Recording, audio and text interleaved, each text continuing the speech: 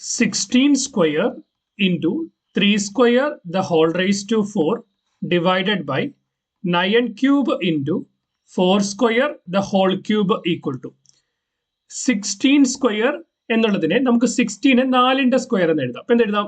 4 square the whole square into 3 square the whole raise to 4 divided by 9നെ 3 square the whole cube into 4 square the whole cube എന്ന് എഴുതാം.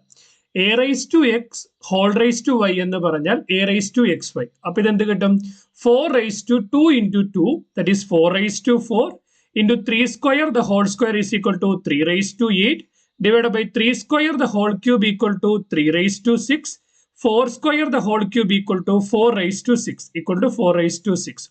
ഇവിടെ നമ്മൾ നോക്കിയാൽ 4ന്റെ പവറുകളും ഉണ്ട് 3ന്റെ പവറുകളും ഉണ്ട്. നമുക്കറിയാം a raise to x divided by a raise to y എന്ന് പറഞ്ഞാൽ a raise to x minus y. അപ്പൊ ഇവിടെ നമ്മൾ നോക്കിക്കഴിഞ്ഞാൽ ഇവിടെ നമുക്ക് എന്താ 4ന്റെ പവറിനെ താഴോട്ട് കൊണ്ടുപോവാം, 3ന്റെ പവറെ മുകളിലേക്ക് കൊണ്ടുപോകാം. അപ്പൊ എന്ത് കിട്ടും?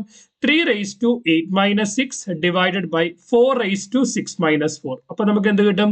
3 റൈസ് ടു 8 മൈനസ് 6 എന്ന് പറയുമ്പോൾ 3 square divide by 4 raise to 6 minus 4 എന്ന് പറയുമ്പോൾ 4 square. That is 3 raise to 6 എന്ന് പറയുമ്പോൾ 9 ഡിവൈഡ് ബൈ 4 സ്ക്വയർ എന്ന് പറയുമ്പോൾ 16. 9 by 16 ഓപ്ഷൻ എ ആണ് ഇവിടുത്തെ ആൻസർ എന്ന് പറയുന്നത്.